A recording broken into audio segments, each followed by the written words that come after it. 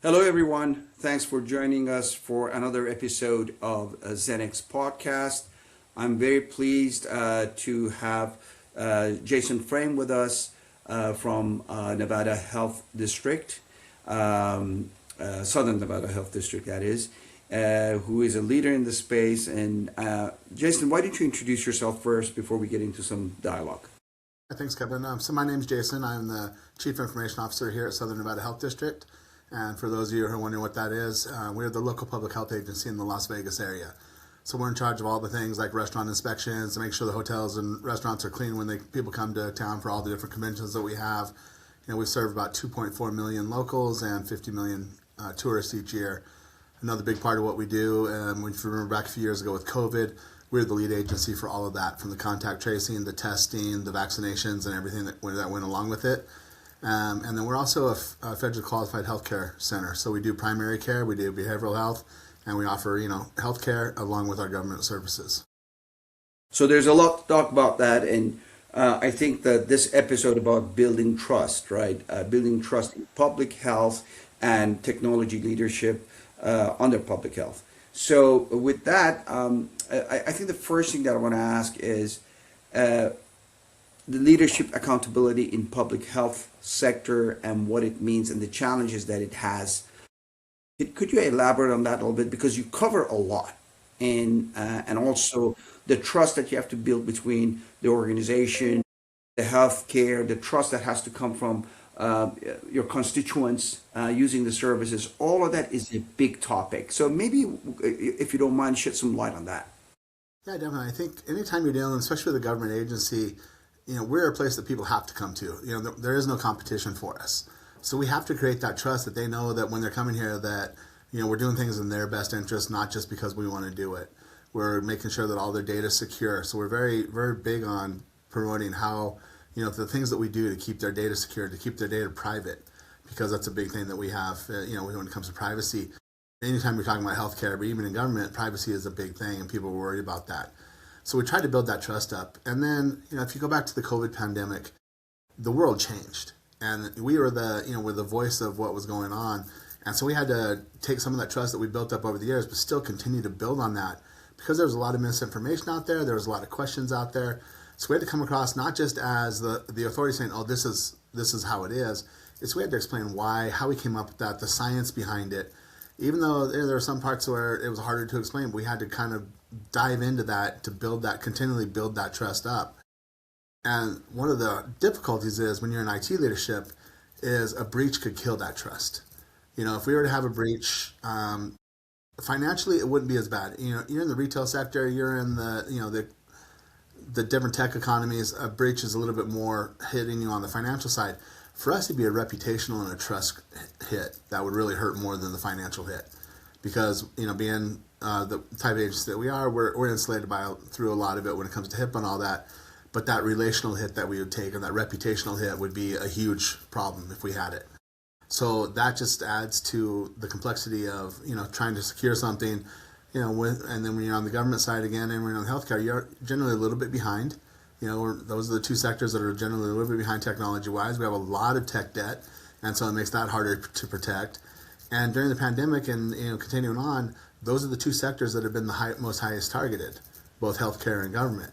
And so we've had to increase our security spend. We've had to increase our partnerships with different vendors and MSSPs, because we're also on a limited budget. We're we're kind of on a fixed income when you look at it with the resources that we get.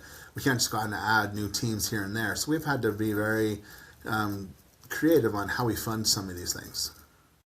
It is so interesting that you're bringing that up, because my next question was, how do you balance the speed by which the technology is moving forward, the budget, healthcare and government in general not moving as fast, and be able to provide all these services that you do provide with the latest technology. Obviously, all of these, they're competing factors within the same ecosystem that you have.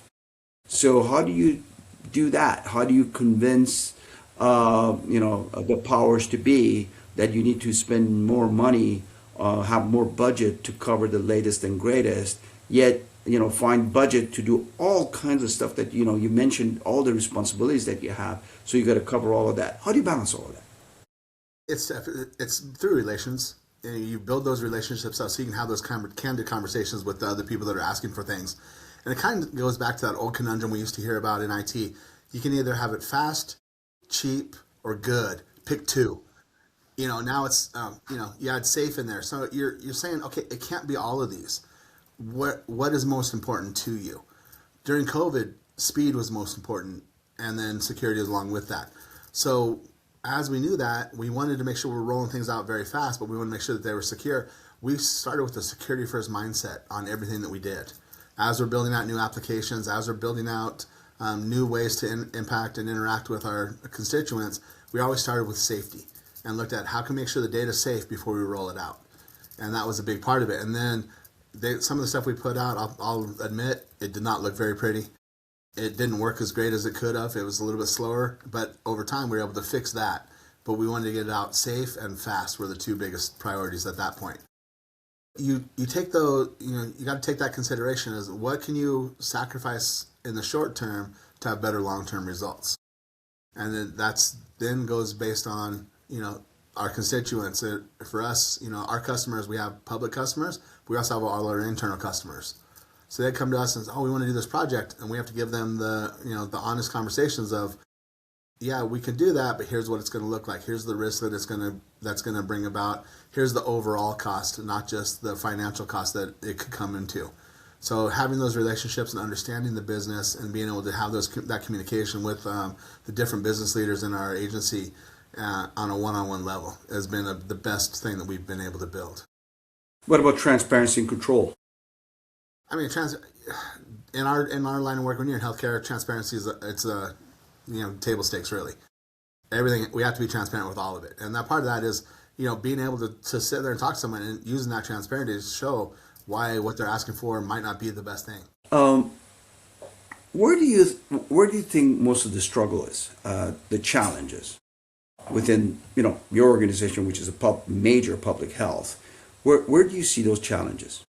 A lot of it's capacity challenges, both financial and staffing. It's tough to get people in, and especially when we're in Las Vegas. It's not the most tech savvy place, so getting good people was always an issue.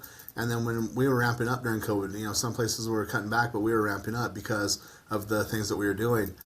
Prior to COVID, our agency was right around 500 to 525 people, and right now we're at just under 800 people.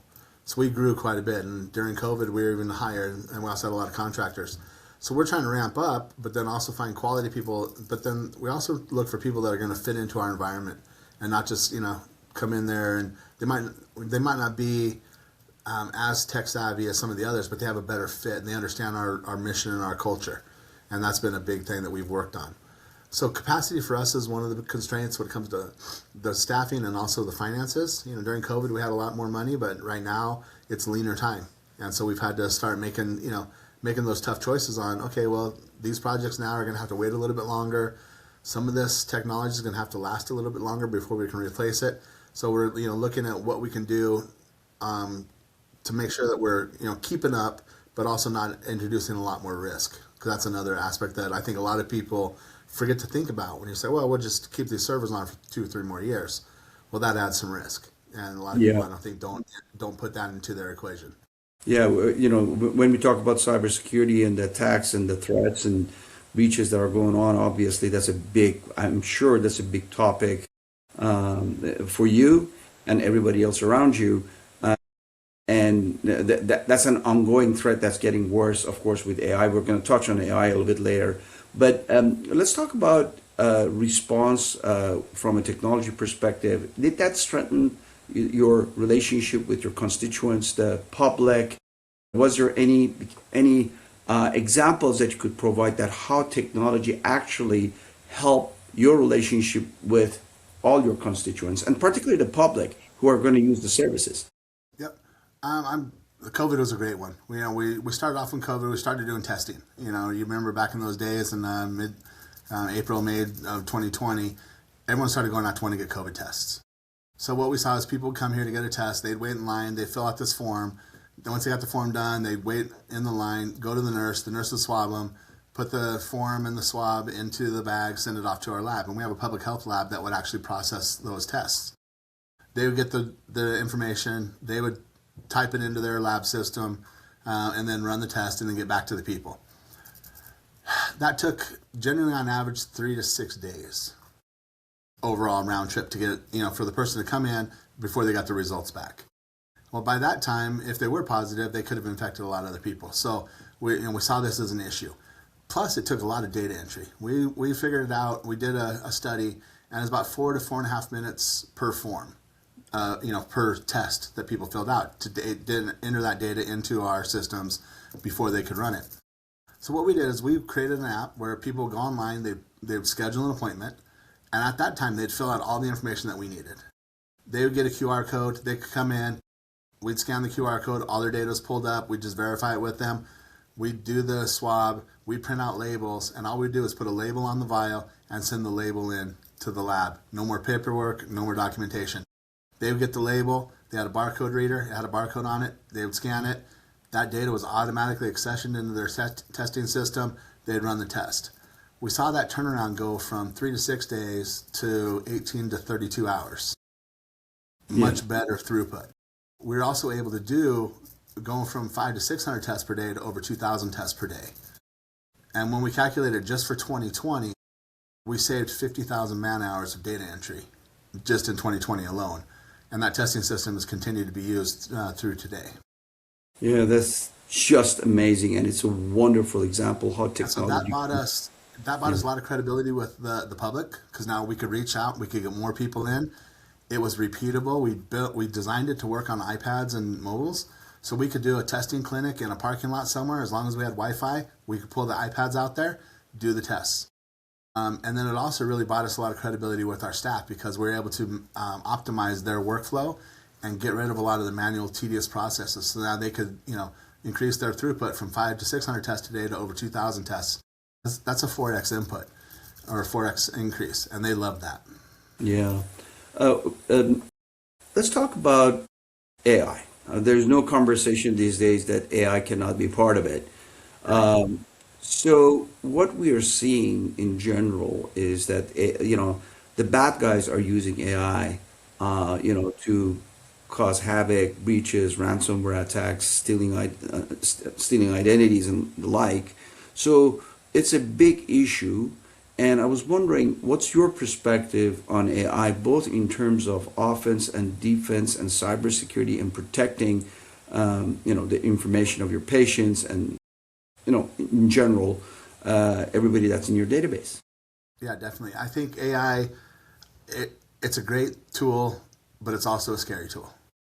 As you talked about, the bad guys are using it against us. You look at the phishing emails that come out now, they're almost perfect. The phishing emails in the past, you could tell it was, and we'd get to some of them and we just laugh at them, they were so bad. Now they're like, wow, this is really good. Yeah. And now you're starting to see the deep fakes that are coming in, which are amazing. I don't know if you've received any of those. We've received a few, and some of these deep fakes are really good. And now the scary part is, it's not just email. They can get into Teams and Zoom calls, and you can't tell that it's not someone else. So for us, it's changed the way we do identity. So it's made us change our processes. So that's the scary part of it. But I also think on the other side, besides all the great things AI can do from a productivity standpoint, AI is also really good at spotting those things. And so now it becomes an AI versus AI war, is what we're starting to see in the cyber world. And I think you can't, with the velocity that's coming in from the threat actors using AI, you can't do everything manually anymore. You need that AI. So if you have your log analysis and your SIM tool, you need AI really to make that correlation for you, because we can't do it fast enough anymore. And that's where the AI really helps out on the good side. So I think it is becoming I don't know what the right word is for it, but it's a war out there. And it's going to be AI versus AI. And if you don't have AI, you're going to fall behind and become more vulnerable. Putting looking at your crystal ball and looking ahead, what would be your advice to the leaders or, people who are listening to this podcast? What would be your advice to them about the future in healthcare and the technologies that they have to use, and how they should move forward? Yeah, and that's a really tough one. I think, you can't go into any conference or any webinar anymore without hearing about AI, but I think it's a game changer. I think AI is going to impact every company. If you're not doing it, it's going to impact you in a negative way. If you're doing it right or you're doing it wrong, it'll impact you in a negative way. Or if you're doing it right, it'll impact you in a very positive way. I think some companies that I've seen, they're afraid of AI. They're doing the ostrich with their head in the sand. We can't do that because you're just going to fall way behind. So I think it's embracing the power of it in the right use cases. I think AI is not perfect for everything. But when you look at healthcare, a lot of that back-end stuff, the claims management, the claim denial management, those type of things that were done by people before are ripe to use with agentic AI and have an agent do a lot of that for you. It's going to be a change in mindset, though, and freeing people up from doing these type of things into doing more valuable work and letting these AI agents work for them. And it's embracing that new norm of having agents. One of my friends, he's not in healthcare, but he's in government. He's starting to put agents into his org chart. And that way people can see that, this is where an agent's going to be, and they're going to be managed by a human. And it's going to be part of their org chart, and they know that they have to manage that bot. And I did hear a great quote. I can't remember who said it right, offhand, but it was about 8 or 9 months ago. It said, in the future, IT is going to be the HR for the bots. We're going to be the ones controlling all the agents and bots that are out there. I see that as the new world. That's where so many things are heading right now that we can't ignore it. But we also want to make sure that we do it right, because it can cause a lot of problems if you do it wrong. So when you look at your own organizations, do you think you're going to replace bodies with AI or enhance your environment with AI to do some of the tasks that quote unquote human would do? Yeah, we're not going to replace bodies. Part of being in government, we have the collective bargaining, and that would never go over well. And I don't want to replace bodies with bots, but I want to enhance and level up their skill set. And so let the bots do some of the tedious work. Let the bots do the stuff that people they do it, but they really don't like to. And free people up to do more valuable work. Do I see that causing some retraining issues? Yeah, I think there are going to be some. We're looking at some voice bots right now. We're demoing some that will replace someone that's answering the phone. But that'll free her up to do other things. And so I see it as a win-win for that person. And so I'm trying to, as I explain this to people, I try to show the value in it and let people know, these mundane, tedious tasks that you used to always do that we can automate with AI, we can take that part out of your job and we can give you more fulfilling work. But we also are very clear about we're not looking to replace anyone with a bot. The way that we're looking at it is augmentation. Right now, we can't go out and hire a lot of people because of our budgets, but we can get bots that are doing some of that work for us and let people do higher level work. Let's focus on compliance a little bit. HIPAA, NIST, obviously you're tied to all of that. How does compliance helps you or actually limits you to quickly move forward? Is it a positive or negative or neutral factor in your environment? For us, it's more neutral. There are positives of it and there are negatives of it. We take compliance very seriously with HIPAA especially, and that does slow down some of the stuff we do, but people understand that. And so the good thing is it's not a lot of friction there. They know that it's slowing down, but they understand why, and they're not getting upset about it. Our compliance team, they want to make sure that we're doing things securely. We do have, as part of our AI policies that we're working on finalizing right now, when and when not to use things like chatbots, or not to use the ambient recording or the meeting recordings, from a compliance standpoint too, but also from an ethical standpoint of when and when not to use those. And so we take ethics and compliance and put them together, and people here, just based on what we do, they really understand that very well. So it's not as much of a detractor as it would be in some other companies. What about interagency compliance and connectivity and communication? Is that something that makes it more difficult, or I know it's part of any business?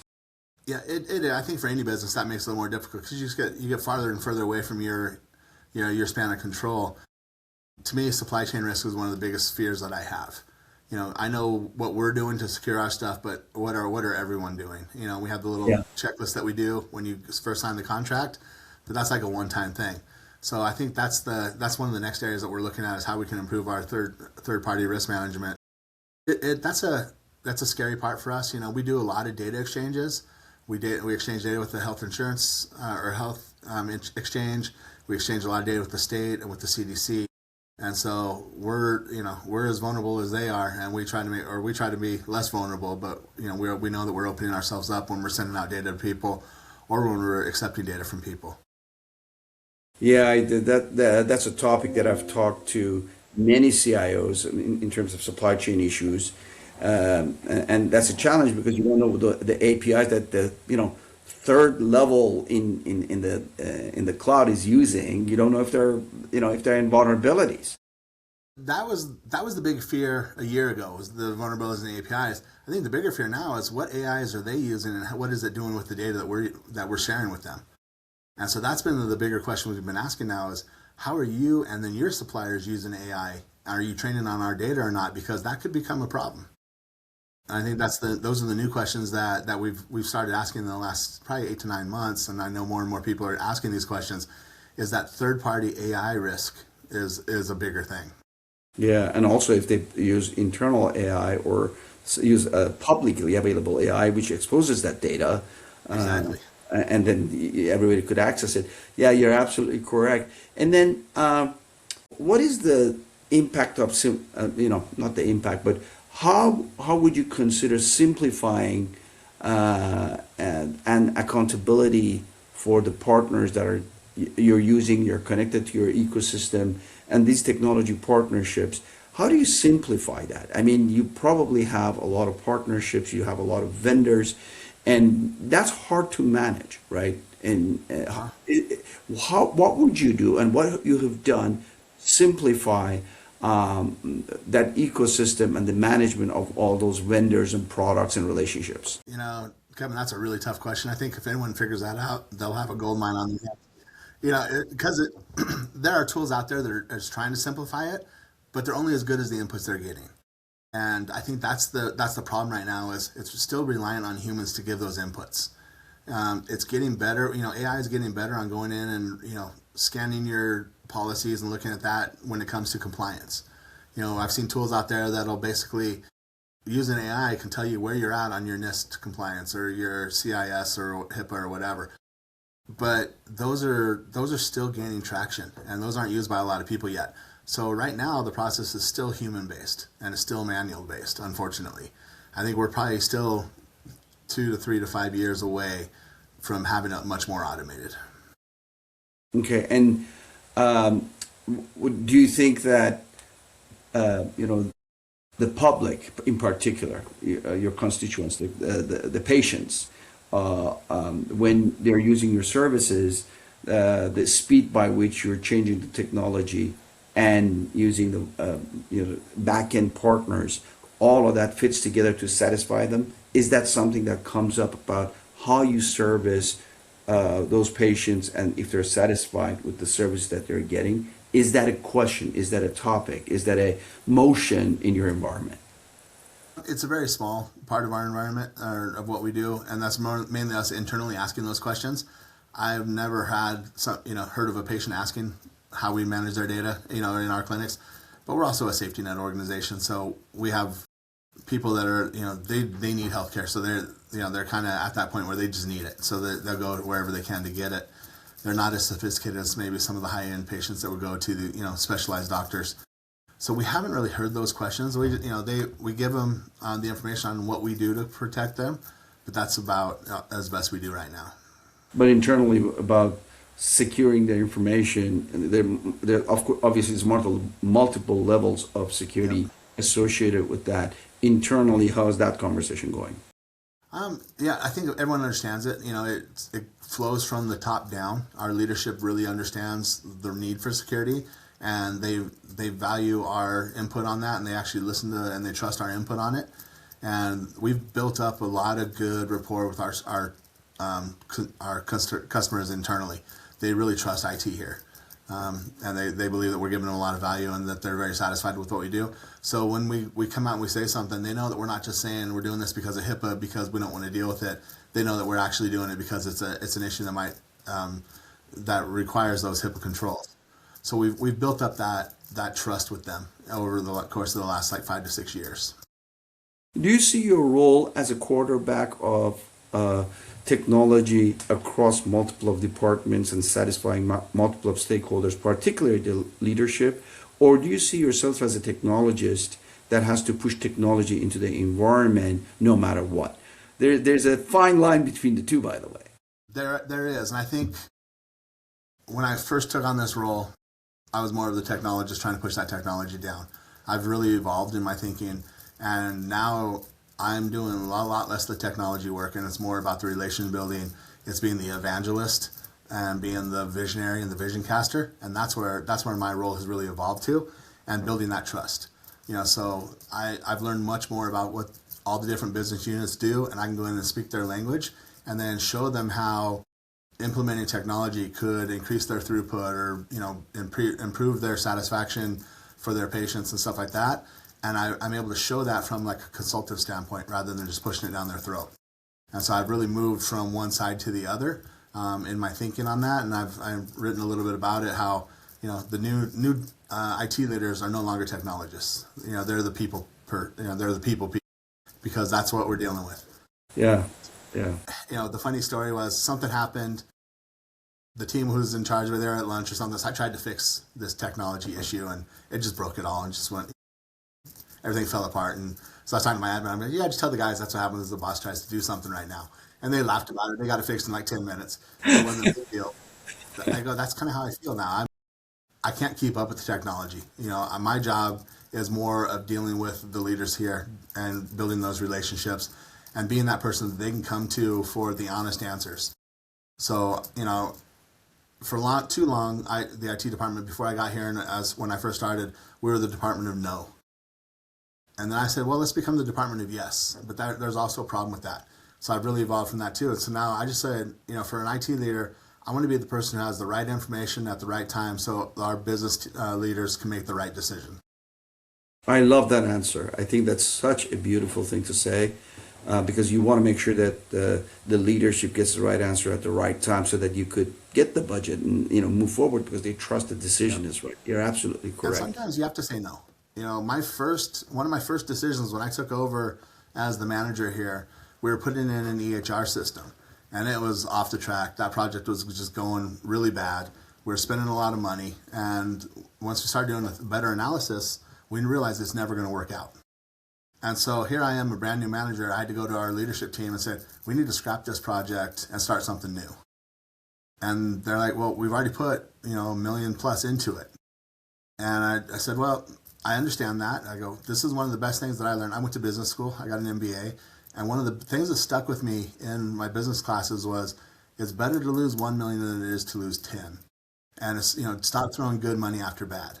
And so then I started explaining it to them. I'm like, yeah, we could do this, but we're going to spend millions more and it's never going to get us to where we need to be.